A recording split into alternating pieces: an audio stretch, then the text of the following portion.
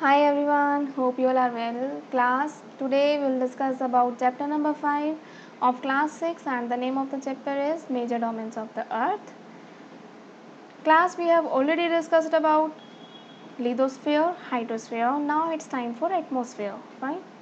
Let me start with the atmosphere. What is atmosphere? Atmosphere is the envelope of air surrounding the earth. Fine. If you will see in surrounding you, आप चारों तरफ देखते हो तो आपको समझ आएगा, you can feel the air, जिसकी वजह से आप सांस ले पा रहे हो. You can't touch it and you can't see it, you just can feel it. Fine. और can say life is not possible without air. Fine. It extends up to about 1600 kilometers above the Earth's surface and represents the gaseous realm of the Earth. Basically 1600 kilometre तक life possible है. Air में जो ये gases होती हैं हमारी life को support करती हैं. And I have written here and it represent the gaseous realm of the earth. So we can say that the air consist of various gases. कौन कौन सी? Nitrogen, oxygen, argon, carbon dioxide, neon, helium. So many gases are there जो हमारी life को support कर रही हैं, जिनके बारे में हम आगे डिटेल में पढ़ेंगे. Fine. And the air generally becomes thinner and cooler as we go up. Class, जैसे जैसे हम ऊपर बढ़ते हैं हवा ठंडी और हल्की होती जाती है. The density of atmosphere varies with Heights. It means हवा का दबाव जो है, basically we are talking about here air pressure. Air pressure, it depends upon the height. It is maximum at sea level and it decrease as we go up. Fine. तो जैसे जैसे आप ऊपर उठते हो air pressure will B decreased. और ये आपको मैक्सिमम कहाँ मिलेगा? The dense air is generally found near the surface, mainly at the ocean surface. Fine. Now flow की बात करते हैं. हवा कहाँ से मूव करती है? एयर का फ्लो हमेशा रहता है. It always flows from the air having a high pressure to the area having a low pressure. If you will see this picture, आपको समझ आएगा जो एयर है हमेशा हाई प्रेशर से लो प्रेशर की तरफ मूव करती है. क्लियर? ये ध्यान रखना. Next I will show you this picture जिसमें आपको समझ आएगा about cold air and warm air. See, if it is cold air it means temperature यहाँ पर डिक्रीज़ होगा. और टेम्परेचर डिक्रीज़ होगा तो air pressure will be high. हवा का दबाव ज़्यादा होगा सरफेस पर. ठीक है. और यहाँ बात करें वार्म एयर की, इट मीन्स यहाँ पे टेम्परेचर इंक्रीज़ होगा तो जो हवा का दबाव है, एयर प्रेशर होगा, दैट विल बी लो. इसमें इट मीन्स यहाँ पे हवा हल्की है, हवा का दबाव हल्का है. हल्की चीज़ तो ऊपर उठती है. ठीक है. तो इसलिए air pressure will B low. That's why this arrows go upper side. और यहाँ पर air pressure will be high, तो हवा यहाँ पर भारी है जिसकी वजह से वो नीचे ही है. क्लियर? ये आपको समझ आया होगा concept. Now let me start with the layers of atmosphere. I will make you understand with this picture. Class, बात करते हैं ट्रोपोस्फेयर की. Troposphere is the lowest layer of the अर्थ. इसकी एक्सटेंशन की बात करें 20 किलोमीटर तक एक्सटेंडेड है from the earth surface. If you will see this picture, it showing weather phenomena. ठीक है. जो आपका रेन, थंडरस्टॉर्म और ये सारी जो आपके फिनोमिना होते हैं इनको शो करता है.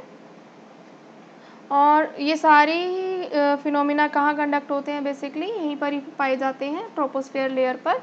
और ट्रोपोस्फेयर लेयर पर ही लाइफ पॉसिबल है because it has various gases जो हमने बताया आपको, oxygen, carbon dioxide and nitrogen. ठीक है. These are the main gases which supports our life. Fine. Next बात करते हैं स्ट्रेटोस्फेयर की. Stratosphere it extends up to the height of 50 kilometre.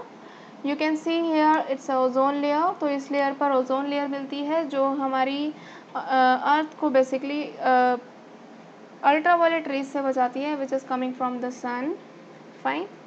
So it is a layer of calmness because it is free from all weather phenomena. यहाँ पर कोई weather phenomena नहीं होता है. और due to this quality, stratosphere is considered as an ideal layer for jet planes. ठीक है. यहाँ पर एरोप्लेन इस लेयर पर ही उड़ते हैं. And ozone layer is also present in this layer. Because of this, temperature will be increase always. यहाँ पे temperature increase होता है.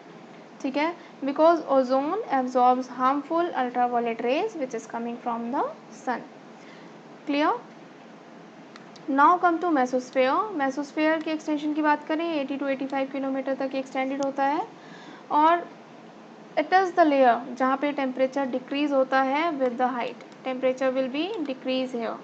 If you will see this, it's a meteoroids, we called it shooting star. यहाँ इस layer पर आकर जो meteoroids होते हैं वो बर्न हो जाते हैं, बर्स्ट हो जाते हैं और अर्थ पर नहीं पहुँच पाते हैं. ठीक है, और ये लाई करती है आपकी स्ट्रेटोस्फेयर के ऊपर. फाइन.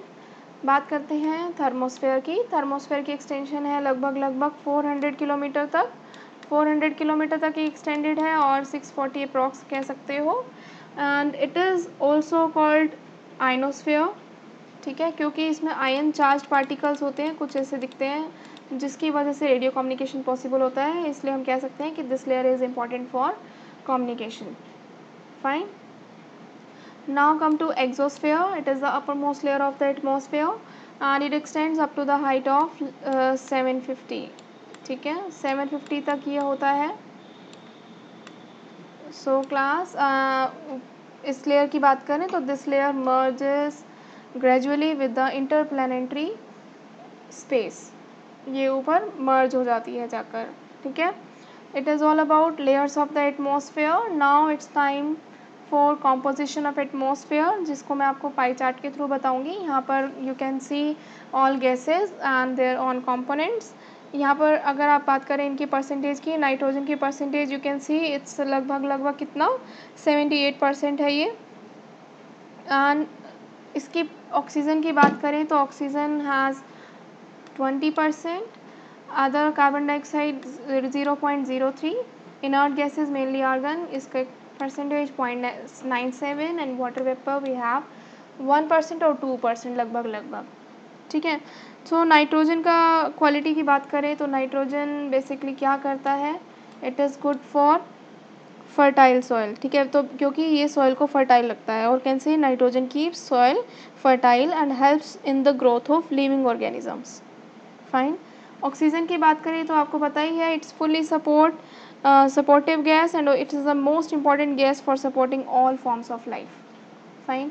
कार्बन डाइऑक्साइड की बात करें तो carbon dioxide is absorbed by plants for their growths and it is also absorb heat and regulates the temperature of the earth. Fine. और अगर यहाँ पे डस्ट पार्टिकल्स और वाटर वेपर्स की बात करें, यहाँ पे डस्ट पार्टिकल्स भी आता है कि let me tell you first water vapour about that. Water vapors represent 2% of the air or 1% of the air by volume and it is the source of precipitation on the earth. ठीक है, ये बारिश आने का एक source है. Basically it is a great source of rainfall. Fine. और dust particles की बात करें तो it also remain suspended in the atmosphere. ये हमेशा रहते ही हैं and they are all responsible for the formation of fog and smoke. आपने देखा होगा कहीं पे धुआं होता है. It's all dust particles in the atmosphere. Fine, hope you understood. Now let me start about importance of atmosphere. It has life supporting gases like oxygen, carbon dioxide and nitrogen. आपको समझ आ गया होगा, मैंने आपको इनकी importance बताई है. It does not allow all the heat to reach the earth. जैसे मैंने आपको बताया कि stratosphere has the ozone layer जो ultraviolet rays को absorb कर लेती हैं, है ना.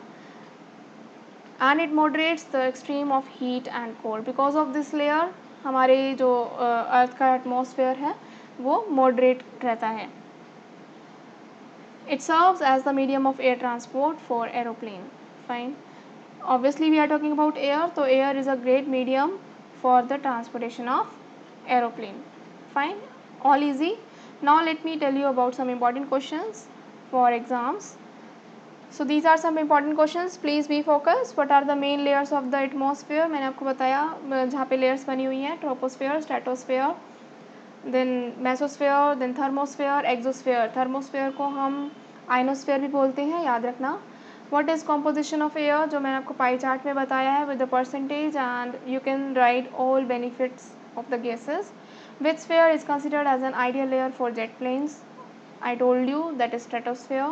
And why is this air essential for human beings? Obviously air में जो gases हैं these all are important for us. और इसके इम्पोर्टेंस आप लिख पाओगे when ever you will go through this video. Please be focus. And इससे पहले जो 2 वीडियोज़ अगर आपने नहीं देखी हैं, please go through all these videos for better understanding. Till then, be safe and thank you.